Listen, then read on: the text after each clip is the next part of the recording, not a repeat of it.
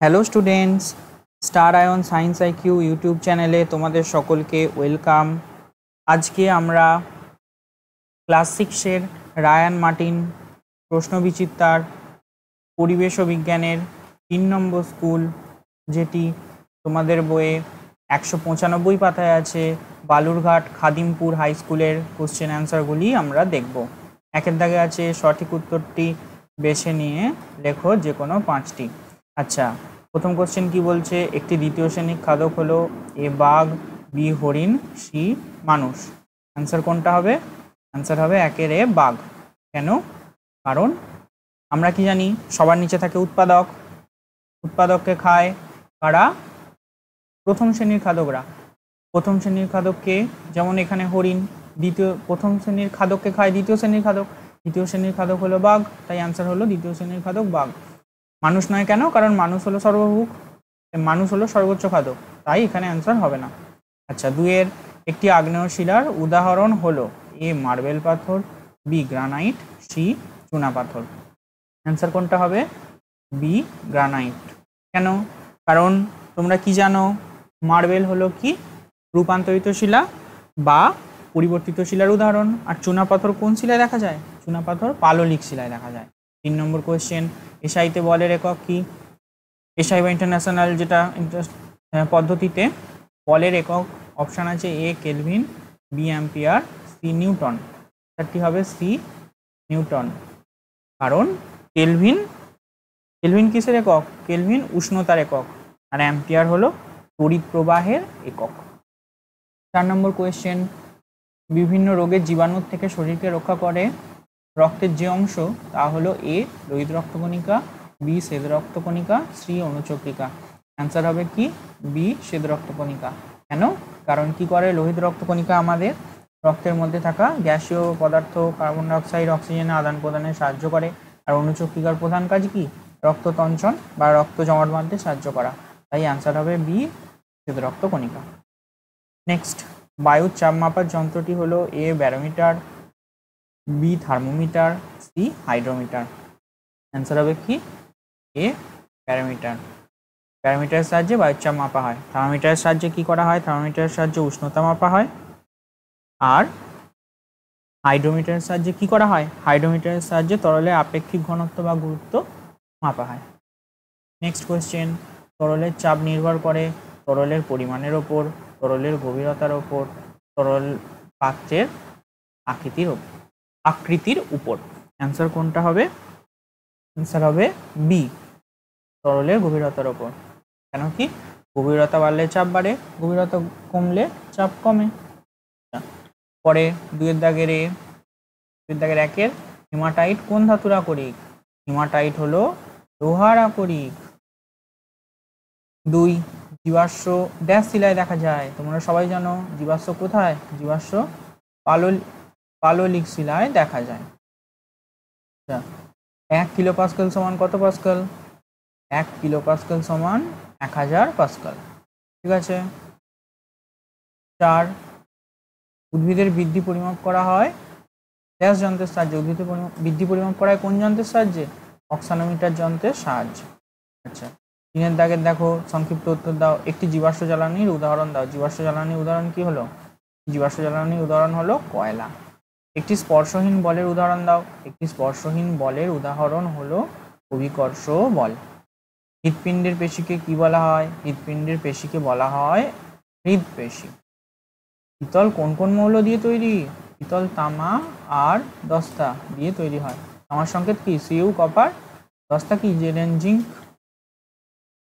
পরের 4 দাগের 1 দেখো, উৎপাদক কাকে বলে? উদাহরণ দাও। দেখো, উৎপাদক ইংরেজি কি? প্রডিউসার। তোমরা ইংলিশ টার্মগুলো দেখবে, আমি বারবার করে বলি। যে সকল জীব সৌরশক্তির সাহায্যে নিজেরাই নিজেদের দেহে খাদ্য তৈরি করতে পারে এবং উৎপন্ন খাদ্য থেকে পুষ্টি সংগ্রহ করে, সেই সকল জীবদের উৎপাদক বলে। উদাহরণ দিতে হবে সবুজ উদ্ভিদ।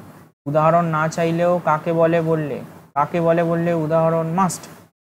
2 দাগের কোয়েশ্চেন, একটি প্রাথমিক ও একটি লব্ধ এককের উদাহরণ দাও। প্রাথমিক এককেরই অপর নাম হলো মৌলিক একক, তাই প্রাথমিক এককের উদাহরণ হলো মিটার, সেকেন্ড, এগুলো হবে। আর লব্ধ এককের উদাহরণ কি? বর্গমিটার, ঘনমিটার, কিমি পার সেকেন্ড। ঠিক আছে,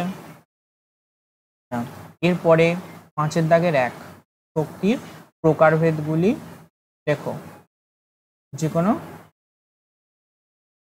আচ্ছা, প্রকৃতিতে শক্তি বিভিন্ন রূপে থাকে, যেমন তাপ শক্তি, আলোক শক্তি, শব্দ শক্তি, চৌম্বক শক্তি, রাসায়নিক শক্তি, তড়িৎ শক্তি, যান্ত্রিক শক্তি ও পারমাণবিক শক্তি।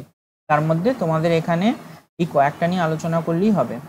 যেমন তাপ শক্তি, তাপ দিয়ে জল ফুটিয়ে উৎপন্ন বাষ্পকে কাজে লাগিয়ে স্টিম ইঞ্জিন চালানো হয়, তাই তাপ এক প্রকার শক্তি।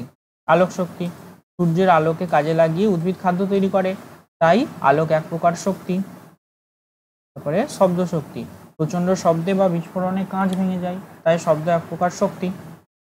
বিদ্যুৎ শক্তি, বিদ্যুতের সাহায্যে আমরা আলো জ্বালাই, পাখা চালাই, তাই বিদ্যুৎ এক প্রকার শক্তি। নেক্সট কোয়েশ্চেন, নদী বাঁধের তলদেশ চওড়া করা হয় কেন? দেখো এখানে ছবিতে দেখতে পাচ্ছ, নদী বাঁধের ওপরের থেকে তলদেশগুলো চওড়া, এই চওড়া করা হয় কেন?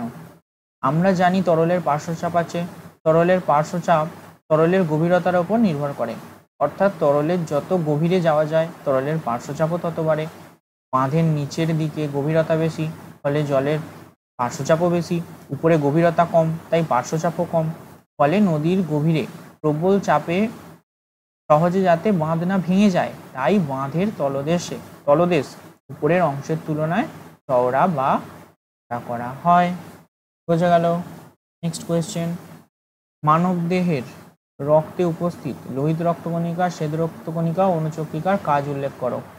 দেখো কাজ বললে তোমরা সবসময় চেষ্টা করবে পয়েন্ট করে লেখার, তাতে দেখো আমি প্রত্যেকটার দুটো দুটো করে লিখেছি, কিন্তু তাও পয়েন্ট করে লেখার চেষ্টা করো,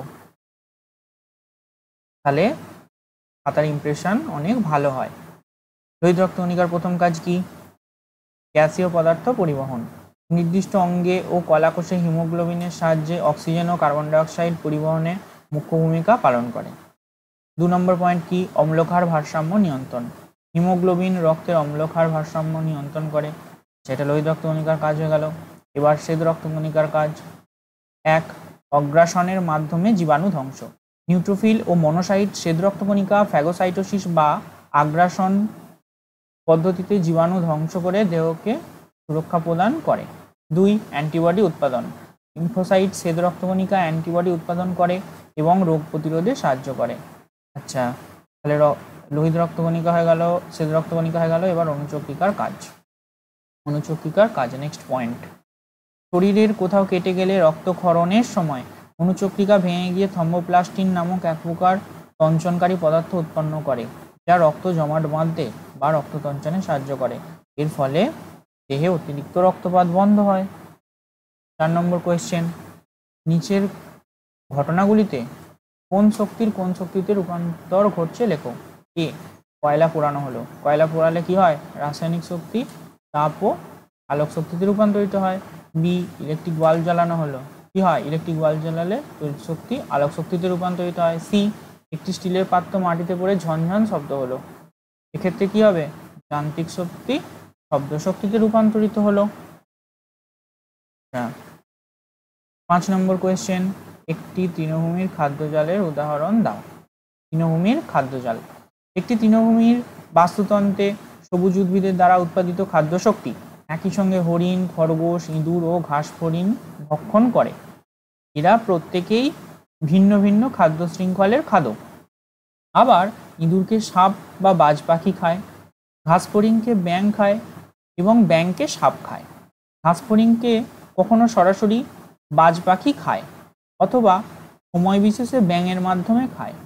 এইভাবে পৃথক পৃথক একাধিক খাদ্য শৃঙ্খল পরস্পর সম্পর্কিত হয়ে খাদ্যজাল সৃষ্টি করে। আচ্ছা দেখো, এইরকম কোয়েশ্চেন হলে তোমরা এইরকম ওয়ার্ড ডায়াগ্রামের সাহায্যে রিপ্রেজেন্ট করবে, তাহলে তোমাদের মার্কস কখনোই কম হবে না, একদম স্যার ম্যাডামরা নাম্বার কাটতে পারবেন না। ঠিক আছে, আজ এ পর্যন্তই। Thanks for watching. আমাদের ভিডিও ভালো লাগলে তোমরা ভিডিওতে লাইক করো, কমেন্ট করো, শেয়ার করো, আর আমাদের এই ইউটিউব চ্যানেলটাকে সাবস্ক্রাইব করে নোটিফিকেশানে অল বাটনে ক্লিক করো। আর আমাদের সঙ্গে কখন কি ভিডিও আসবে কানেক্টেড থাকার জন্য হোয়াটসঅ্যাপে চ্যানেল সেকশানে গিয়ে Star Ion Science IQ official চ্যানেলটিকে ফলো করে রেখো। এই চ্যানেলের লিঙ্ক আমাদের ভিডিওর কমেন্টে দেওয়া থাকবে। থ্যাংক ইউ, দেখা হচ্ছে নেক্সট ভিডিওতে।